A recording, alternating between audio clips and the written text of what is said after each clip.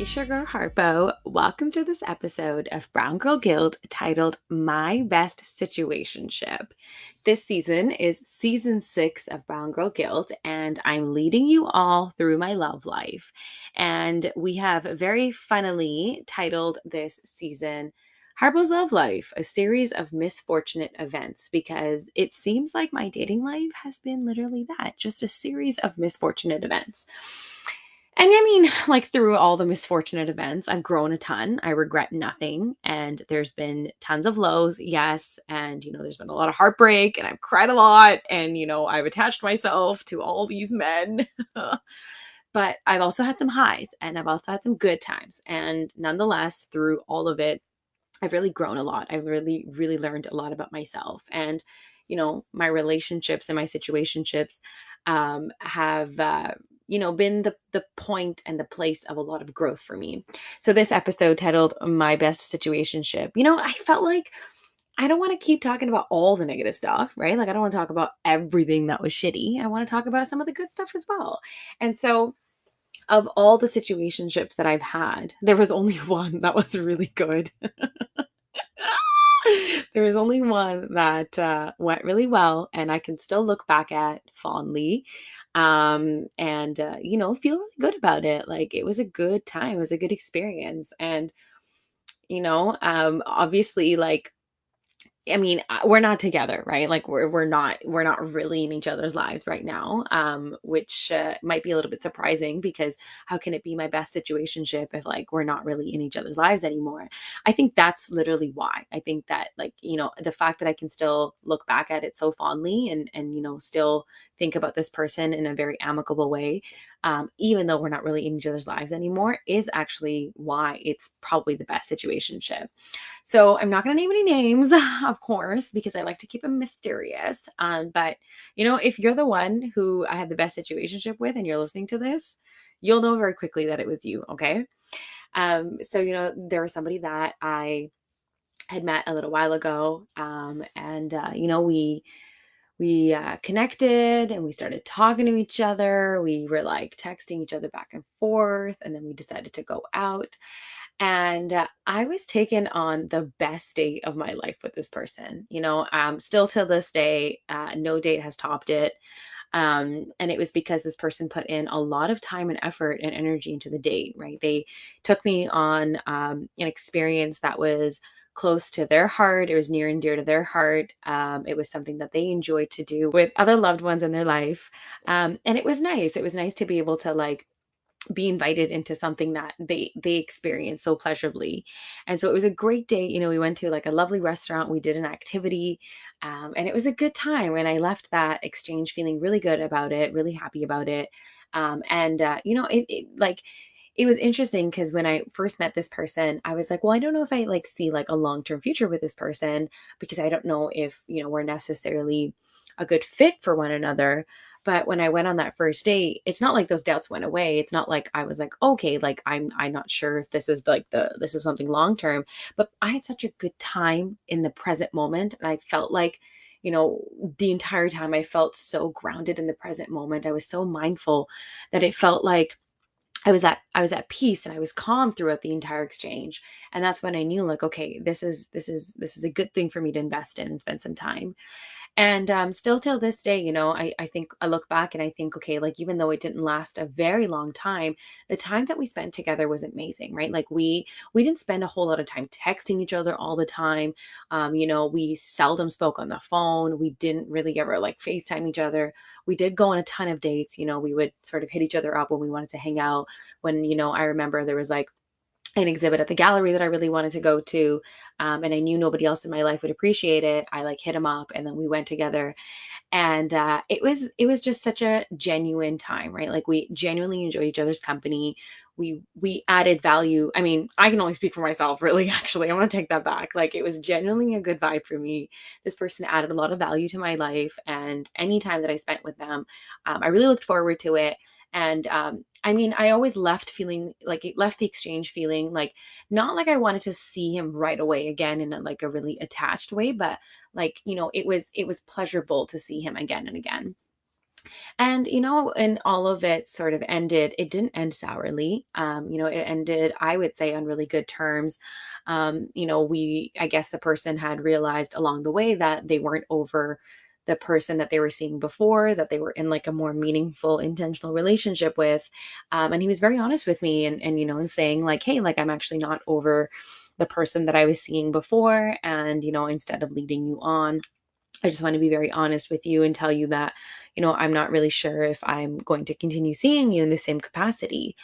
And I was so understanding. Like, I was surprised at how understanding I was. I didn't take it personally. I wasn't upset. And I think it had to do a lot with the fact that, I was honored with communication. I was honored with a lot of transparency and honesty. I wasn't left in the dark. I wasn't, there was no room for me to internalize it and think that there was something wrong with me, or that maybe I wasn't good enough, or maybe that I was too much and that maybe I pushed him away.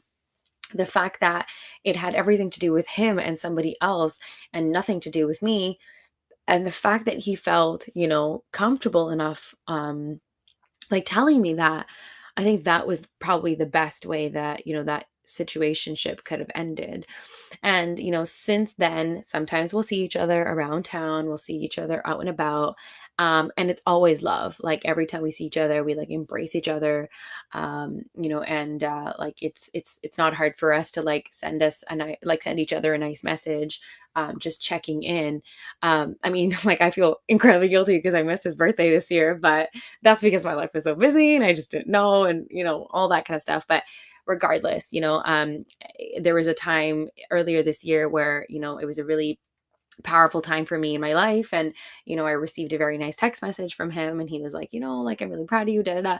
And so, there's still so much love there. And I think the reason that this is probably my best situationship, and there's multiple reasons for it, and they're both sort of under two different umbrellas. One is, the actual person themselves, and then the second is how I showed up in my relationship with myself. So I'll start with the person. I think the person was a very kind, compassionate person, a really open and honest person, and someone that really prioritized communication. I think in the past I've had situationships that also could have ended, maybe not equally as beautifully, but like had the fighting chance to. And because I don't really think that communication was honored on both ends, it ended poorly. And now we're just like not in each other's lives. And, we don't follow each other on social media. Anytime their name comes up, like, I'm uncomfortable by it. If I see them out in public, I'll avoid them. Communication wasn't honored in those cases. And so it didn't end as well. But this person was someone who was like sure of themselves and was really honest about like where they needed to grow as well. And so I could also be honest about where I needed to grow. And so, because there was honest, open communication there, we were able to end on really good terms and understand that like circumstances were just as such that we couldn't move forward. I think also we were both super very honest and transparent since day one. Like, I remember maybe on like our second or third date being like, what are you looking for? Why are you single at the moment? And how much time and capacity do you have to invest in this right here? And we both opened that dialogue and we both discussed it. We both said what we were looking for. And so from the get-go, the intention was very clear that, this wasn't going to be something number one priority in each other's lives, because our number one priorities in our lives were ourselves and our work and, what we're trying to create. And so there was a baseline understanding on both ends, and we were both on the same page.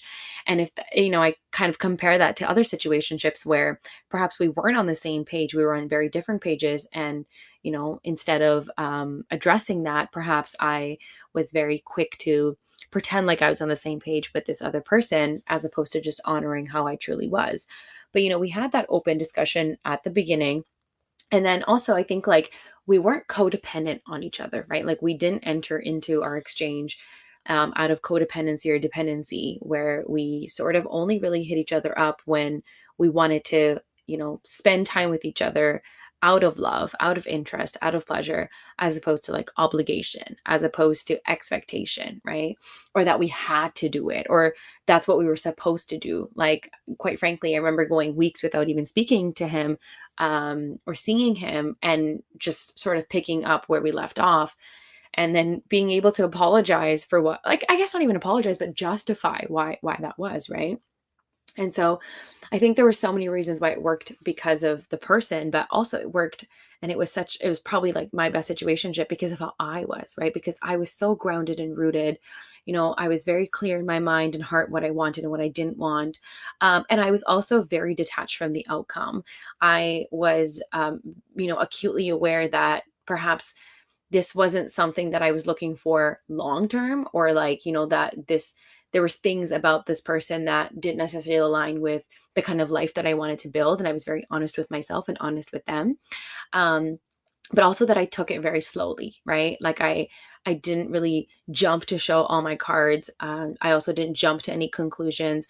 I sort of cruised and I just let things happen as they were. And I was also very open to the experience, right? Like that's what dating really is. Dating isn't like dating multiple people all at the same time and like living your best life and like, like having copious amounts of sex with random people.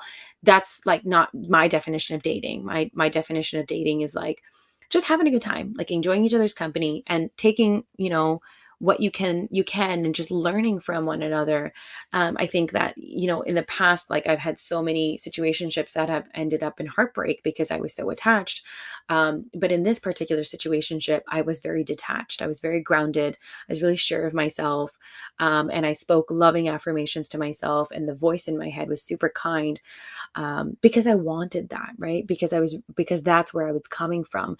And I was coming from the intention that this person was adding value to my life and not necessarily a replacement for something that was already missing.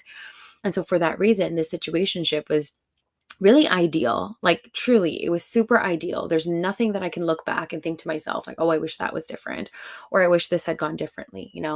I think that it was just probably the best way to experience dating, and learn so much about myself, right?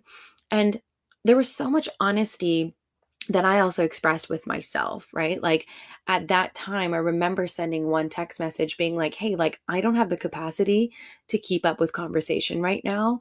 And it has nothing to do with you and has everything to do with how I'm feeling right now, currently in my life. And just being met with such kindness, right? Being met with such respect and understanding. And I think that actually elevated my respect even more. And I was able to like pour a little bit more into that situationship, which is like such a stark contrast again to all the other situationships that I've had. I think like, in all the other situationships, I have felt like I really needed to cling on to this person. I needed to attach to them. And, like there was all these expectations and I was really, really attached to the outcome. Um, and perhaps in those situationships, I was dating to marry, like truly, like dating with this intended outcome that if it went well, we were going to end up together and then we were going to marry each other and all this kind of stuff. And if I look at my best situationship, I think that the outcome was not marriage in my mind. It wasn't like dating for long-term commitment. It was just going with the flow. I think so much about Joan from the TV show Girlfriends. I'm watching Girlfriends again on Netflix, and it's this show from like the 2000s of four best friends, and the life that they're navigating. Sometimes I see so much of myself in the main character, Joan. And Joan is, so obsessed with like a wedding and marriage and a husband and like a hypothetical life that she doesn't live in the present moment enough. She seldom spends time in the present moment. And she's sort of built her identity around how much she can be there for other people, and built her identity around her relationships. And the biggest relationship that she's built her identity around is her romantic partner and her hypothetical, marriage and future. And every time I look at Joan, I just want to like grab her by the shoulders and shake her and say to her, like, you're allowed to have fun. You can afford to have fun and not be so rigid and uptight and have to follow a plan. And I think that's just what it is, right? Like it's not that, myself and Joan are obsessed with a boy. Like we're not boy crazy. But the idea is that we're so hell-bent on checking things off a list and doing what we're supposed to do and following a course and then acting on those action items, that naturally, like where I'm at in my life now, I'm like, okay, well, it's like about time. Like it's about time for that next thing on the checklist. And the reality is that the closer, like the like not even the closer, like the more that you hold something tightly, the quicker it escapes, right? Like if you think about the metaphor of holding sand in your hand, the tighter you hold the sand, the quicker it's going to fall out of your fist. And if the more you attach yourself to something, the more you're straining it, the more you're stressing it out.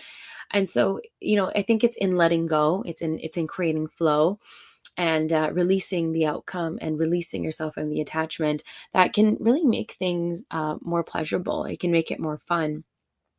And then you can look back at your situationship with people, and think like, wow, that was a good time. Like truly, I did. I had the best time. I went on the best dates. I had the best approach, and I was treated the best. I think there has been no man's in the past that has treated me as good as this person did. And I learned a lot. Like I think I learned a lot about what I deserve, what I'm worthy of. And, I really like, I think amongst all the shitty situationships and being disrespected, having communication withheld from me, being ghosted, all these things, I think I started to really build my identity around those things and think to myself like, wow, I must be deserving of all of this, right? Like I must not be a good person if this is what this is what I'm getting, and this is how I'm being treated. And Buddy comes out of nowhere and treats me like actually, like, he treats me with respect. I mean, like, the bar shouldn't be so low, but literally the bar is on the floor these days. So the fact that he treated me so nicely and so kindly really makes me look back and realize like, okay, no, like I am deserving of more, right? And I really think that those are the kinds of relationships and situationships and friendships that we should be cultivating in our lives, right? Like where there is all the right ingredients. This reminds me of Bell Hooks, a book by Bell Hooks called All About Love. And Bell Hooks says that, we often think that if we have love in a relationship, that, our relationship must be really good. If we love them and they love us, that it must be a really good relationship. But Bell Hooks argues that a relationship, to be a good relationship, to be a loving relationship, needs to have so many different ingredients. It needs to have respect, it needs to have care, compassion, understanding, trust and loyalty and faith. And it needs to have all those things. And so, I want to take the space to say that to my best situationship, you really made me understand and realize that it takes more, and that being nice is not enough. Just having love is not enough.